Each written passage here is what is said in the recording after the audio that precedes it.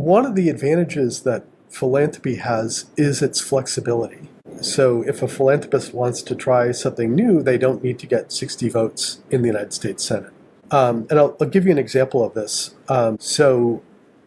Two early career scientists pointed out that there was a class of really important science and technology projects that was difficult to do as a venture-backed startup, but also difficult to do as in a traditional academic setting.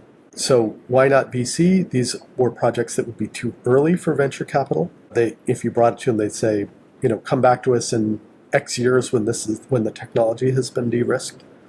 Or you're trying to produce a public good. So for example, if you went to a VC and said, give me $50 million, I'm going to use that to create a high quality data set, and then I'm going to put it in the public domain.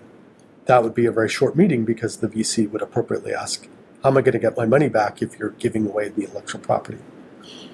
These projects are also difficult to do in an academic setting because they require a larger group of people than you have in a single academic lab. They require a very high level of team science. So that is, it can't be a loose academic collaboration. Everyone has to be rowing in the same direction in the pursuit of the same goal. Or it requires a mix of not only scientists, but professional engineers. And so what they proposed was to create nonprofit startups for science. So because they're philanthropically funded, they have the ability to work on things that are difficult to monetize. But because they're organized as with an organizational structure that looks more like a startup, they have the ability to do things that would be very difficult to do in an academic setting.